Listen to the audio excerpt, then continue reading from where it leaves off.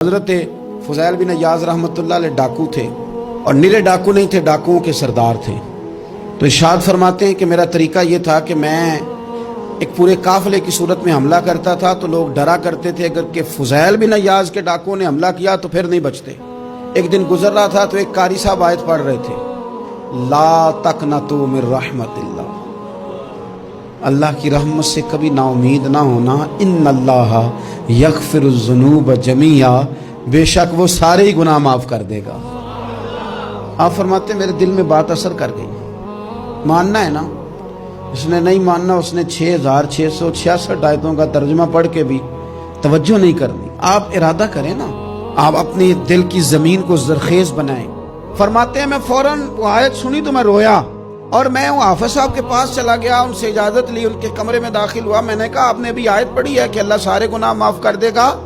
تو جس بندے نے کئی سال ڈاکے ڈالے ہوں، بیٹیاں روتی رہتی ہوں پر وہ مال لے کے آ گیا ہو، مائیں واسطے دیتی رہتی ہوں پر وہ لوٹ کے نکل آیا ہو، اب جی اگر وہ بندہ بھی سچے دل سے توبہ کرے تو اللہ معاف کر دیتا ہے۔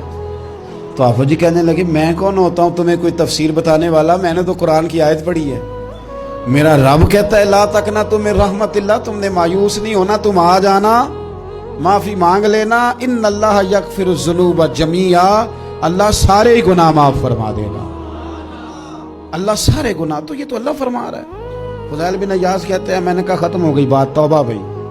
واپس آیا تو وہ میرے ساتھ جو تھے نا، ان سے میں نے کہا سردار نیا تلاش کر لو بھائی۔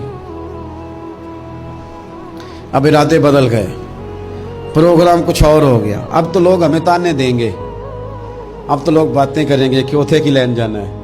فضیل بن عیاض کہنے لگے بس بھئی توبہ کرنی ہے، اب تم کوئی اور سردار تلاش کر لو۔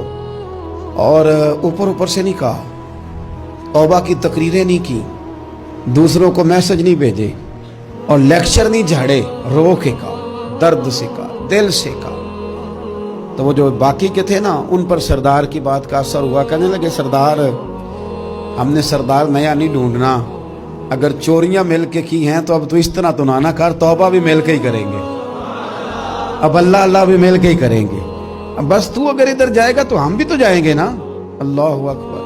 فضیل بن عیاض کہتے ہیں ظاہر ہے مال لوٹا کرتے تھے، میں نے مسئلہ پوچھا علماء سے تو انہوں نے بتایا کہ یہ تو حقوق العباد کا مسئلہ ہے، جو لوٹا ہے وہ تو واپس کرنا ہی پڑے گا۔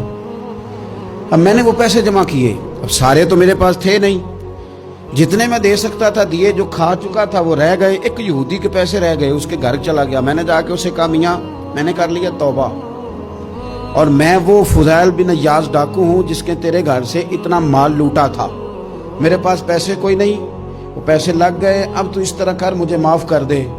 وہ کہنے لگا نا جناب، یہ بھی کبھی کبھی ہوتا ہے، لوگ نا شرافت کو بزدلی سمجھ لیتے ہیں۔ فضیل بن عیاض سے کہنے لگا میں تو پیسے لوں گا، ایسے تو نہیں معاف کرتا۔ آپ فرمانے لگے پیسے تو کوئی نہیں، یہ سچی توبہ ہے۔ وہ کہنے لگا پھر اس طرح کرو، میری اونٹوں کو چارہ ڈالو، پیسے پورے ہوئے تو چلے جانا۔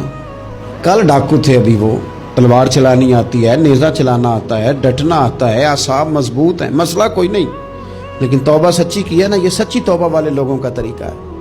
اس سے کہہ سکتے تھے کہ جا جتھو لب دینی لے لے، تجھے کہا معاف کر دے، تو تیار ہی نہیں ماننے کو۔ حضرت فضیل بن عیاض کہنے لگے اگر اونٹوں کو چارہ ڈالنے سے تو معافی دیتا ہے نا، تو میں تیرے اونٹوں کو چارہ ڈالنے کو بھی تیار ہوں۔ کیوں کہ راضی اللہ کو کرنا ہے، اپنے ضمیر سے بوجھ اتارنا ہے، بندوں کے سامنے سرخرو نہیں ہونا، اللہ کے حضور ہونا ہے۔ توبہ کا مطلب ہے رب کوئی بارگاہ میں سرخرو ہونا، بندوں کے سامنے نہیں۔ حضرت فضیل بن عیاض سے کہنے لگے ڈالیں گے تیرے اونٹوں کو چارہ، کیوں نہیں ڈالنا۔ 2-4 دن چارہ ڈالا تو وہ یہودی ایک دن کہنے لگا کہ یہ نا ٹھیکریوں سے بڑی ہوئی تھیلی ہے، یہ تو ذرا اٹھا کے لا۔ حضرت فضیل بن عیاض نے اٹھا کے اسے دی، جب اس نے کھولی تو اشرفیوں کی بھری ہوئی تھی۔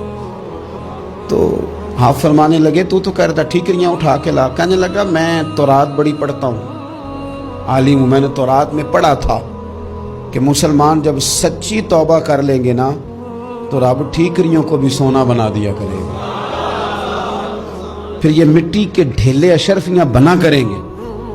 تو میں نا تیری توبہ چیک کر رہا تھا، یہ اس میں نے روڑے بڑے ہوئے تھے، لیکن تو اٹھا کے لایا، تو تیری توبہ بھی سچی ہے اور تمہارا دین بھی سچا ہے، اب اس طرح کہا رہا معافی اس شرط پہ دوں گا کہ مجھے کلمہ پڑھا تاکہ میں بھی مسلمان ہوں.